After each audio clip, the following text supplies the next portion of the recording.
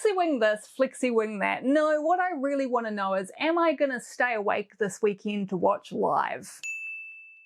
Kia ora, my name's Kimmy and I talk about Formula One in the world's second worst accent, and these are my 3 burning questions ahead of the 2025 Spanish Grand Prix. Now, considering this Monday is a public holiday for those of us with the dubious privilege of being part of the Commonwealth, it's one of those rare occasions where, depending on my napping skills, I have the opportunity to watch a Grand Prix in real time. And like probably a vast majority of YouTube F1 creators out there, the number one thing on my mind is whether or not the new technical regulations are going to cause a shake-up in the field. I know, shock, horror. Surprise, surprise, said absolutely nobody. Now, it's kind of tricky to get too much of a read on exactly who's outside of these new rules and who isn't, as the rear wing tolerance has been reduced by so much that it's basically imperceptible to the naked eye. But with the front wing, it's a bit easier to see where some teams might have had to make some changes. And I say some teams not because I don't think there's only a few who were pushing the limits of these previous rules, but because it's hard to tell with some others. And this is because while with some onboards it's pretty easy to see the front wing elements moving around under various levels of aerodynamic load, there are a few cars, for instance those of the Mercedes and the Ferrari, where it's a bit trickier thanks to the design of their halo and their front suspension geometry. The view is, well, it's obstructed, basically. And for any of you who haven't been keeping up with exactly what the details of these new rules are, the TLDR of it is that the overall flex of the front wing must not exceed 20 millimeters when a 100 kg load is placed on either side of the wing, or 10 millimeters when that load is applied symmetrically. So in addition, the trailing edge of the individual flap must not exceed 3 millimeters when under a 6 kg load, whereas previously that had been 5. Now, there are a lot of cars where that flex on the trailing edge is pretty significant. While the McLaren seems to have more overall flex from one end plate to the other, its individual flaps seem pretty stable. That's not the case for the Red Bull, the Aston Martin, or the Alpine. The Alpine in particular has not only significant flex of the individual elements under braking and acceleration,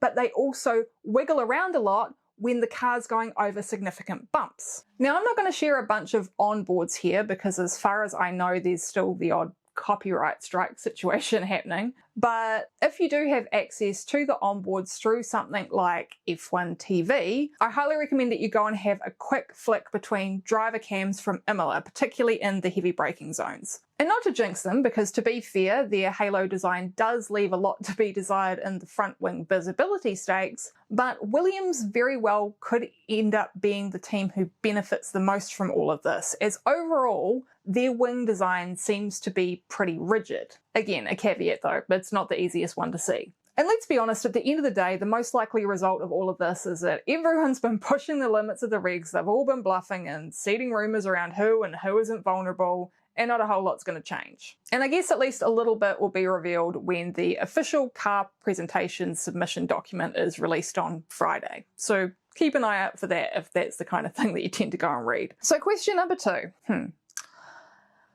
Are we getting to crunch time for Lewis Hamilton? Now, I've been pretty generous towards Lewis this year. Ferrari can be a bit of a nightmare to say the least, learning a new car and a new engine and being in an environment that's completely different to what you're used to. Well, it's always going to take time, but we're a third of the way through the season now, and it doesn't feel like it's getting any easier. And in Monaco, a track he's, let's be honest, historically been pretty good at, Lewis struggled for pace. And even on fresher tyres and after clearing the last of the lap cars, he could not close the gap on the top 4, even though they were being held hostage by Max Verstappen, who was trundling around on medium boots that he'd had on since lap 28. And considering Hamilton was effectively fighting Verstappen for 4th, I think that's pretty telling. A lot of you aren't going to agree, but for me, the vibes have never felt right with this driver and team pairing. Yes, I have said, I understand why Ferrari did it. I understand the logic. I respect Lewis. I'm a fan of Lewis. But there are just, well, it feels like there's something really rancid brewing in Maranello. Not that that's a storyline I'm not low-key excited to see play out if they can't patch it up. But at the same time, I want to see Lewis succeed there. So, you know,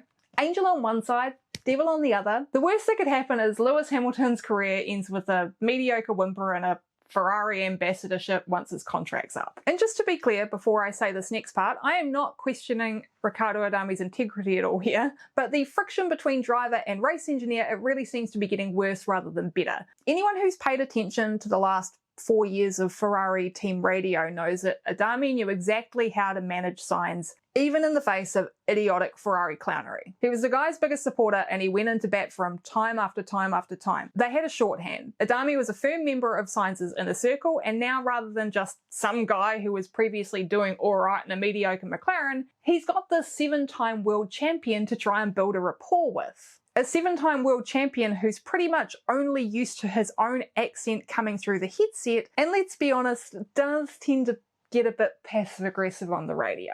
Lewis might have done his research by picking up the phone and giving Sebastian Vettel a ring, but Ricky hasn't been Seb's engineer for 4 years now. Maybe Ferrari might end up doing what they did to Xavi Marcos last season and mix it up a little bit on Lewis's side of the garage in the coming few months. I would not be surprised at all. And if you're watching this and don't already subscribe to my channel, then you too should mix it up and click that button. If you hit the like button too, then YouTube knows that when I post new videos, it should actually show them to you, instead of relying on you checking your subscriptions, which I know isn't exactly easy if you've been on this website since the actual birth of time itself. So yeah, if you subscribe, I really appreciate it. Thank you. My third and final question, and probably the most significant, is will we have any reaction to the Reuters interview with Mohammed bin Sulayem? Yes, we have to talk about this again.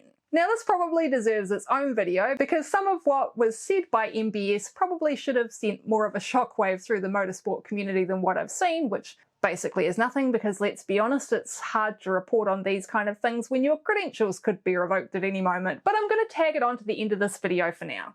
Maybe I'll make a short out of it, we'll see. The long and short of it is that on Sunday, Reuters published an article including direct quotes from MBS that appear to confirm he's been gutting the FIA in a fashion that's directly aimed at providing him the path of least resistance. Now this is something that a lot of people have thought you could, or probably say already knew for a long time now, but this is straight from the horse's mouth in a pretty unambiguous manner. So this is the direct quote from the article. I cleaned up the FIA house, said bin Sulayem, who recognised there were enemies who wanted him out, but said that was of no concern. Honest people are there. My back is not anymore with knives in it. Now I'll link the article down below, but what the So he's lengthened the time frame for formally submitting presidential candidacy nominations, allegedly to give the ethics committee longer to investigate conflicts of interest, which I would like to point out is almost impossible to avoid in such an insular community as motorsport. He's put himself in complete control of said ethics committee, which includes any investigation into his own conduct, and now he is freely admitting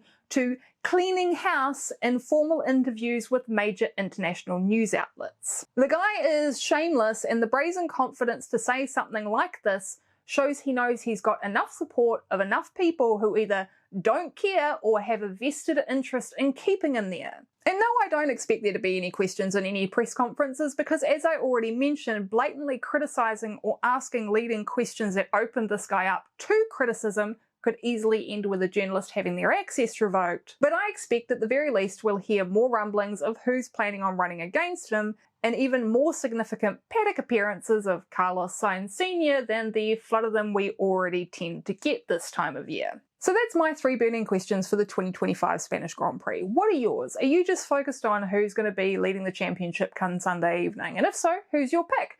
Do you think this whole flexi wing thing is a big red herring? And who's your pick for the best FIA presidential candidate, no matter how unrealistic it is? Let me know in the comments, and as always, thanks for watching to the end. Ka kite, Hakkinen, Mika Hakkinen, that's the answer.